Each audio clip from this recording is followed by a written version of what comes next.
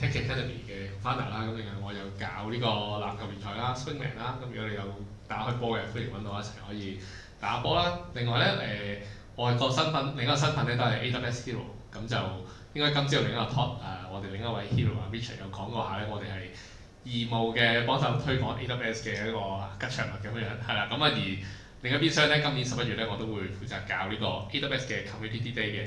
咁入正題先，咁我哋先今日咧想了解下大家先嘅，因為在於我嚟講咧，我見到好多而家我哋香港又好啦，外國嘅 GitHub project 咧，其實仍然都用 requirements.txt， 咁相信大家都唔陌生㗎啦。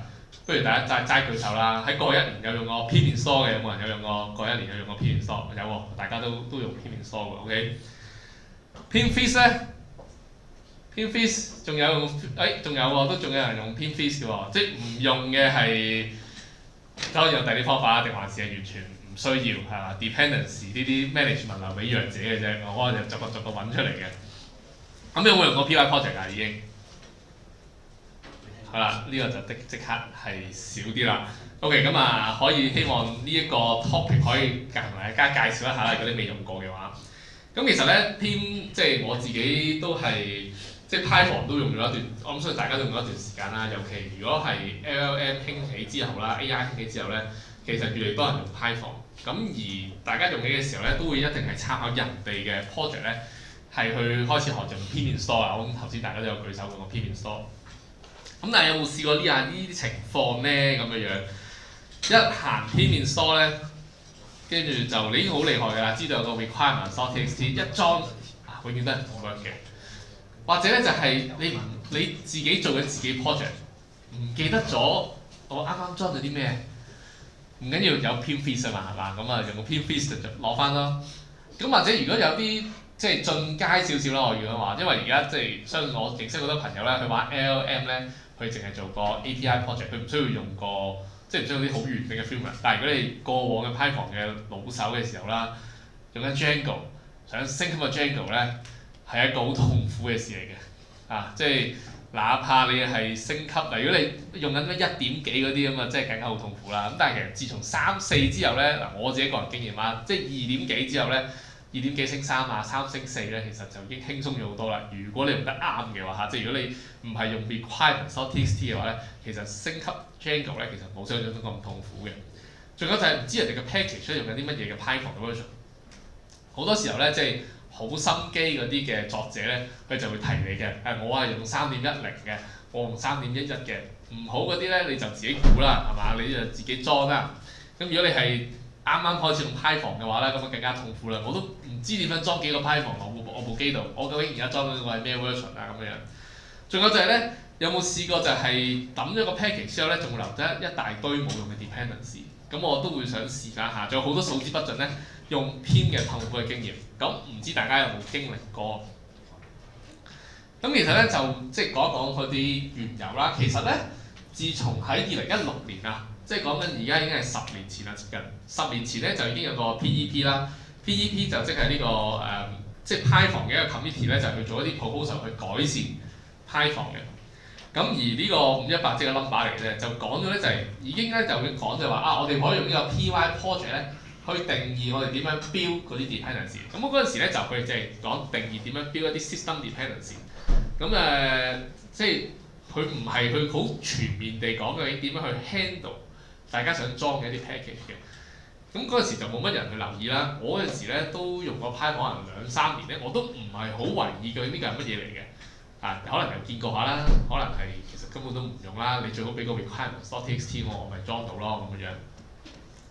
咁去到621啦，去到2020年咧，其實就出咗個幾好嘅 proposal 嘅，而且係通過咗嘅，就係講話將嗰啲嘅 project 嘅 metadata 咧，就放咗喺 py_project.to 即係呢個 TOML 嗰度。唔知大家有冇人係用開 JavaScript 㗎啦 ？JavaScript 我諗最憎嘅就係嗰個咩 package.json 啦。咁好好咁咧，就係佢就將嗰個 concept 咧就帶咗嚟 Python， 將大家好憎嗰樣嘢咧就帶出過嚟啦。咁但係的確係有呢個需要嘅，因為如果冇佢嘅話咧，其實就做唔到頭先講咧即係嗰啲 Pim 嘅痛苦，即係解決唔到啲痛苦啊。佢個模樣會係點樣嘅咧？佢個模樣咧其實係咁樣嘅。咁佢就定義咗，如果你有用過即係 JavaScript 嘅 package.json 就會有啲類似嘅。咁但係我唔知道，即係今日 PyCon 可能有啲朋友咧，其實就冇玩過 JavaScript 㗎。咁其實咧，佢有個幾好嘅地方嘅就係、個 dependency 咧就放咗呢一度。咁你會見到咧，其實個 dependency 咧放咗喺度咧，就同 requirement.txt 好似嘅。即係如果有個 requirement.txt 就知啦。啊，我又都可以定義嗰個版本啊。咁但係佢就有個得意之處嘅。佢就係有個箭嘴，即係佢可以定義就係我大過幾多 version 咧，或者咧就係我唔介意咩 version 嘅。你俾個名咧就係、總之我要你個 package，我唔理得佢咩 version。咁佢仲有好多神奇嘅，今日咧就時間有限啦，冇辦法 cover 晒啦。包括就係你需要嘅 Python 嘅 version 啦。咁佢 by default 你見好多人都會箭嘴等於，因為陣間會介紹啲 tools 咧，就係佢 default 係會就係大過某啲 version 就夠啦。咁但係都可以指定嗰啲 version 嘅，即係尤其如果大家係玩開 AI 啊、PyTorch 啊嗰啲，你知道啦。咁一用唔同嘅 Python version 咧，其實基本上你係行嗰個就咁你可以指定埋，咁變相咧用起上嚟嗰個 package 嗰陣，即係知道你究竟個 Python version 要幾多啦。另外咧，佢可以咧 set 啲 script 嘅，即係話如果我有啲嘅成日都會行嘅 command 咧，其實你可以 set 個 script 咧就 for 嗰啲 tools 咧就去直接用，同埋咧係可以做啲 optional dependency 嘅。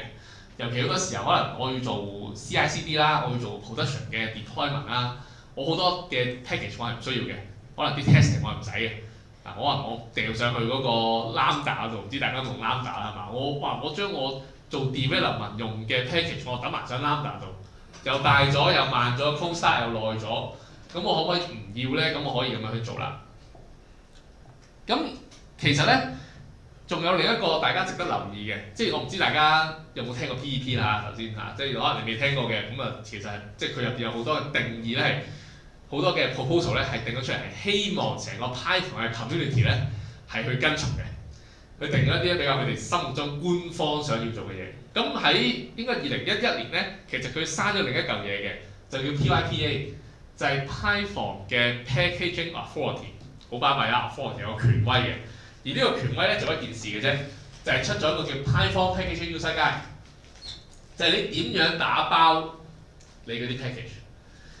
咁可能大家就會用片面梳。如果頭先有片 fees 嘅話咧，可能你就即係其實冇乜睇過呢份 guideline。其實呢份 guideline咧，佢有兩個好重要嘅信息話俾大家聽。第一個信息就係 Pim 咧，其實佢並唔係用嚟管理你嘅 dependency 嘅。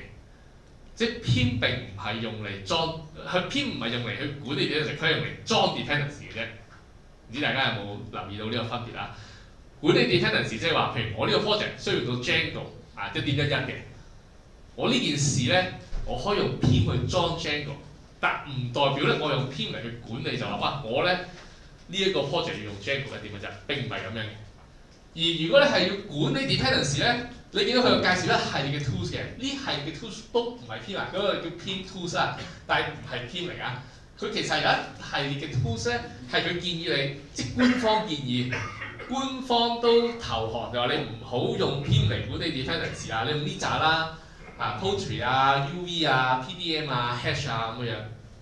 咁佢就會建議你用呢一啲咧嚟去管理你嘅 dependency， 就會令到你嗰個成個 project 咧係會即係嗰啲 dependency 方面就唔使再煩惱啦。咁我哋睇下咧佢哋嗰個即係唔知大家有冇人嗱，如果有咁樣做嘅話咧，就希望今日呢個 talk 幫到你啦。唔知有冇人就會咁做㗎啦。即係我想將個 Flask， 咁我就會 Pim install Flask。啊，我想交俾個朋友仔喎，咁我會點啊？我咪 Pim freeze 自己 requirement， 即係好手尾咁做，唔好手尾啲，唔好手尾就第二句都唔寫啦，係嘛？我有用 Flask 你自己睇啦 ，import Flask 你睇唔到咁樣咁啊，即係我都見過多啲 project 嘅。咁但係好手尾嘅就會嗱，我交俾你啦。咁但係好即係你會發現好惆悵就係，我就要裝個 Flask 啫，你搞咁多嘢嘅，個 requirement.txt 咁多嘢，咁你可能都明嘅。一個 Flask 有好多 sub-dependency 係嘛？佢仲有 depend 又話 depends on， 咁你咪有咁多嘢咯。咁但係即係其實如果你要更新啊，好似頭先咁講啊，你 Flask 要更新到3.13咧，唔知大家會點做啊？改咗個 requirement.txt 改咗3.13咪得咯，係嘛？但係你點知佢後邊嗰啲會唔會跟住改？唔知嘅。當你越嚟越多嘅時候，你話嗱，我知，我咪唔好理個 requirement.txt， 我直接再重新 Pim install Flask 等於3.13。然後再 freeze 過咯，係咪？你記得就話啫。我咁多我都唔知邊個先係真正嘅，即係如果我唔俾左邊呢個你睇，你淨得個 requirement.txt， 你點知究竟邊一個係我原本個 requirement 咧咁嘅樣？咁所以其實呢一個並唔係一個最好去管理 dependency 方法，佢幫你裝咗，但係佢唔代表佢識管理。咁譬如如果你話用一啲頭先官方建議嘅，譬如有叫 PDM 啦，咁即係嗰啲名咧，可能有時會引起大家啲 PTSD 就係咩 NPM 啊嗰啲啊嘛，其實都類似嘅，真係管理 package 個 dependency 就係有個 init 然之後咧佢就要裝咗個整咗個 Python project， 然後咧你撳 fast， 你就裝個 fast 咧佢就會dependency 就係 fast 大過等於3.1.2，咁你要更新嘅時候就直接更新佢就搞掂㗎啦，就唔需要咧係去有成堆 dependency 喺度。咁啊呢個亦都可以寫埋就係佢究竟 require Python 個 version 幾多？多數咧佢就會按你而家個 Python version 咧就定義一個你而家用3.12，咁我 assume 你 deploy 嘅時候都用3.12啦。會唔會話説咧？有好多時候我哋 deploy 咧最興㗎啦，我喺呢部機咧就係 deploy 咗呢個 version， 好手尾嘅咪叫 Dockerize， 所以佢抌上 K8 度啦。有啲 project hea 啲嘅，我咪就咁抌上去 EC2 啊，抌上去個 VM 度。然後跟住，哎呀，點解 Python version 唔啱嘅咧？咁嘅樣，咁佢呢個咧就阻止咗你咧係去做呢啲咁嘅傻豬豬嘅事嘅。另外咧有個我都覺得係好惆悵嘅，即係我未認識呢啲 dependency tools 嘅時候咧，就係、是、你 pim install fast、pim uninstall fast、freeze， 哇，仲有一大堆嘢。佢本身係唔會鏟咗你嗰啲咧嗰啲 sub dependency 嘅。咁所以其實你係鏟完之後咧，你嗰個 dependency 我自己覺得自己好做。係啊，我每次做親呢樣嘢，Python 都覺得哇咁搞到咁樣嘅時候，咁成堆嘢我都唔知邊個要邊個唔要嘅。你教下咧個 requirement.txt 100行長，咁跟住突然間有一個 package 咧，可能有 availability 啊嗰啲，其實你完全都唔知道。咁佢所以咧，天完全唔係用嚟去做呢件事嘅。咁調翻轉啦，你用第啲嘅 dependency 嘅manage 即係嘅 management 啦，咁你編 init 啊PDM init 啊，再 add 就 remove 咧就冇呢個問題啦。咁同埋咧就係、是、其實佢冇限制工具，即係可能你今日話，咁你今日介紹 PDM 咪好咯，你介紹 UV 咪得咯。其實咧喺2020年打後咧，嗰、那個 standard 出咗頭先嗰個PEP 621咧出咗嚟之後咧，其實就係已經冇限制到你用嘅工具。你如果堅持你用 PIP 嘅話，你堅持用 PIM 嘅話咧，你照樣可以行嘅。咁佢就唔係減 R， 跟住 requirement.txt 就係減 E 點，你就已經可以咧，佢就會識睇你呢個 PY project。你呢個 Python project 嗰個 file， 咁所以其實你唔需要擔心就話，哎呀我用咗你呢個之後咧，我就好似向其中一個工具投降咁樣樣，咁我以後咪用佢咯，係嘛？就唔需要嘅，你絕對有你嘅自由咧，係繼續去用第二個工具去做你想做嘅嘢嘅。咁我簡單示範喺俾大家睇咧嗰個，即係如果你 in case 你冇玩過啦，咁我可以簡單示範一下咧嗰個開心程度喺邊度嘅。咁啊平時咧先收到過係啦。平時啦，咁我就要開個新嘅 project， 呢個咪唔得啦，呢個咪都唔得嘅喎，係好。咁平時要開個新嘅 project 啦，咁樣咁我開個 fast 咁樣啦，唔好似最好冇改個名啦 ，fast demo 啦。咁嗰個 fast demo 個 project 啦，咁如果平時大家會做嘅咧，就係即係好手勢嗰啲咧，都係會夾嘅，即係你都會開個 VENV 噶嘛，係嘛？即係好手勢㗎嘛，係嘛？即係如果連呢部都唔做嘅話，你嗰個 package 應該已經係恐怖到不得了㗎啦，應該。喺呢個世代你唔會唔用呢個㗎嘛？有冇人唔用㗎？有冇人唔知咩嚟㗎？冇，大家都知係啦。咁跟住就我有個 .env 啦，咁我就做翻正常做嘅嘢啦。咁其實你示範翻頭先嗰個就係你裝個 fast， 然後佢裝咗一大堆嘢。咁正常情況之下咧，就係 freeze 咗佢啦。咁已經係一大堆嘢出咗嚟㗎啦。如果 uninstall 佢咧，佢就淨係幫我鏟咗個 flask 嘅啫，跟住我如果就算再嚟嗰次咧 freeze 咧，一樣都有個堆 dependency 喺度嘅，咁就其實係你只會越錯越污糟嘅啫。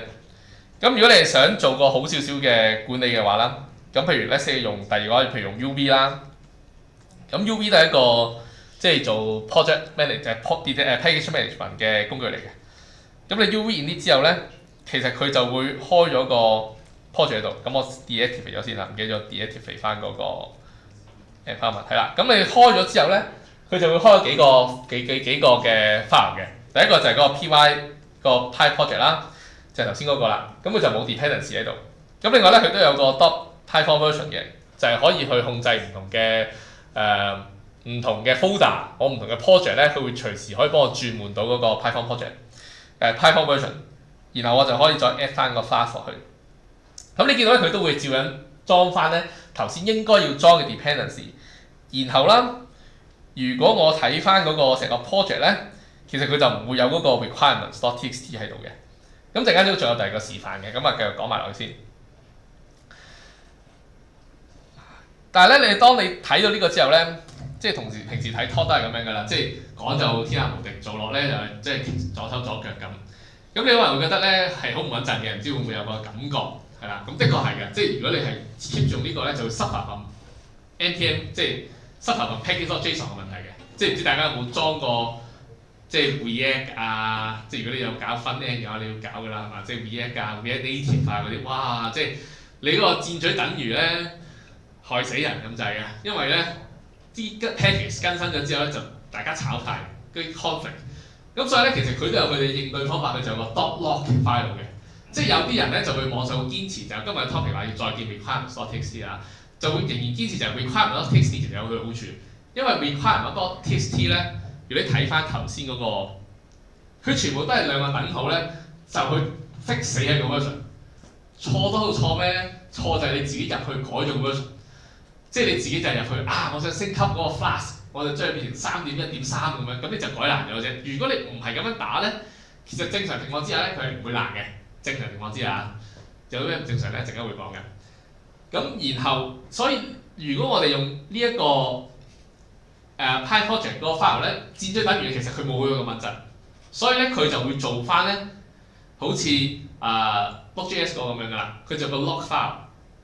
咁個 log file 咧就類似咁樣嘅，佢就會寫翻咧就係究竟你嗰個出嚟之後啦，裝咗個 package 係咩名啦，嗰個 file 喺邊度 download 㗎啦 ，hash 係幾多啦，咁佢就會寫翻晒呢扎嘢嘅。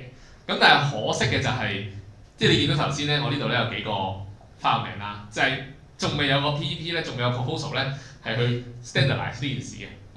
咁你話將來會唔會有咧？唔知道咧，可能睇下 PEP 會唔會有通過到一個大家有啦，我就未見到有啦。咁其實咧喺即係未 standard 之前咧，大家各有各做嘅。咁但係後來如果真係有 standard 嘅話咧，其實就會大家會統一㗎啦。咁但係當然啦，未必需要等 standard 嘅，因為咧其實仲有第二個可以用嘅方法嘅。其實就係呢個用翻 requirements.txt。係啦，咁因為譬如如果你係用一個 AWS Lambda 嘅，因為係 Lambda 嘅係啦，即係着住件 AWS 衫都條過 AWS 嘅。咁但係咧，就算唔係 AWS 都好啦，你用其他 CI/CD 或者其他平台咧，其實大家都慣咗 requirement.txt。咁所以咧喺唔同嘅工具之下咧，其實另一個建議就係你除咗用 log file 之外，就係你直情咧就係根據你而家手頭上有嘅 requirement，去 generate 翻一個 requirement.txt 出嚟。咁佢亦都有佢嘅好處嘅。咁亦都示範另一個例子俾大家睇。另一個例子咧就係、另一個例子就係一個比較常見嘅 framework 啦。譬如我要用一個 Flask， 跟住可能係或者我用呢個 Unicorn 啦。咁用 Unicorn 嘅話咧，你用裝呢一個嘅environment 咧，咁我可以咧就係、我今次用 PDM， 因為 PDM 先某程度有個功能係可以用到嘅。我要揀。佢有啲 PDM 就會多好多嘢揀嘅。咁同樣地咧，你會見到咧有類似嘅嘢啦，有類似頭先嘅 PyProject 嗰個 file 啦。咁然後咧，我就會用 PDM add 咧就係嗰個 Unicorn Standard。咁佢會 resolve dependency， 然後咧你會發現咧就會有一啲嘢咧其實係淨係 Mac 先用得嘅，或者 Linux 先用得嘅，就係、是、呢個 UV loop。唔知大家有冇試過咧？就係 download 一啲有用過 Unicorn 嘅 project 啦，然後你喺個 Windows 度行咧就會爆㗎啦。咁 let's say 我而家咁樣，我用 pin_fizz， 我都照 fizz 唔係，我應該要 source 咗先，可能要 source 咗先，source 咗先係啦。咁我嚟過佢裝咗啦，我 fizz 落去啦。咁如果咧我係用佢呢一個，即係我用翻，哇！你已經好多裝咗個 package 先，我知係。如果咧我用翻傳統嘅做法咧，個 requirement.txt 咧就會有呢一個嘅嘅 UV loop 喺度嘅，睇唔到添，鬆翻少少先啦，呢個 UV loop， 你會見到有呢個 UV loop 喺度嘅，呢個 UV loop 咧就係 Windows 係裝係會爛嘅，咁可以上網睇下嘅 UV loop Windows， 係啊，即係大家有冇係啦 ，cannot be installed on Windows 嘅，咁即係話你用呢個 require.txt 咧，其實就你係 deploy 唔到嘅。咁佢最後解決方法係咩咧？佢最後解決方法就係我哋 remove 咗啦，我哋 delete 咗個行啦，你冇事啦 ，OK 係啦。咁但係當你裝嗰個，當我係咩同 Linux 裝嘅時候，咪有事咯咁樣。咁點算咧？咁所以咧，其實咧已經有一個新啲嘅做法嘅。咁就會點做咧？咁我就會用 PDM， 我照用嗰個 package management， 跟住咧就會 export， 跟住佢有個 without hashes， 因為唔需要 hashes 嘅。咁你見到咧呢一個彈出嚟嘅 file 啦，咁我要 save 翻佢。你見到咧佢就會有一個咁樣嘅，就係個 UV loop 咧，佢其實咧佢會篩選翻，即係佢我頭先咪裝一大串嘢嘅，其實佢唔需要，佢可以 generate 翻一個合適嘅 requirement.txt， 然後去寫翻就係呢一個係唔係某個 platform 需要嘅，所以佢會比起咧，即係 even 你話喂我係覺得 requirement.txt 好啲喎，我唔會同佢 say 再見嘅。但係你用一個 proper 嘅 package management 咧，佢帶嚟嘅呢個 file 咧都會靚仔好多，你就可以 generate 翻呢個 requirements.txt 咧，跟住 commit 抌上去 lambda， 照樣同以前一樣咁做，佢唔需要咧，即係你見到人哋咧上網咧就講啦，即係我啱啱用呢都係嘅，就係又叫你整個 docker 啊，跟住又搞呢搞路啊，跟住你先去嗰個 lambda， 跟住唉搞咁多嘢係咪先 ？OK 啦，咁咪用住 requirements.txt 你放過我啦咁樣。但係咧，你過幾個月之後咧，過1年之後要後悔，因為你個 lambda 你再maintain落嚟好麻煩。咁但係如果你用呢個方法就唔緊要啦，你 local development 或者你未準備抌出街之前咧，你照樣用呢個 PyProject 咧就去做好你要做嘅嘢先。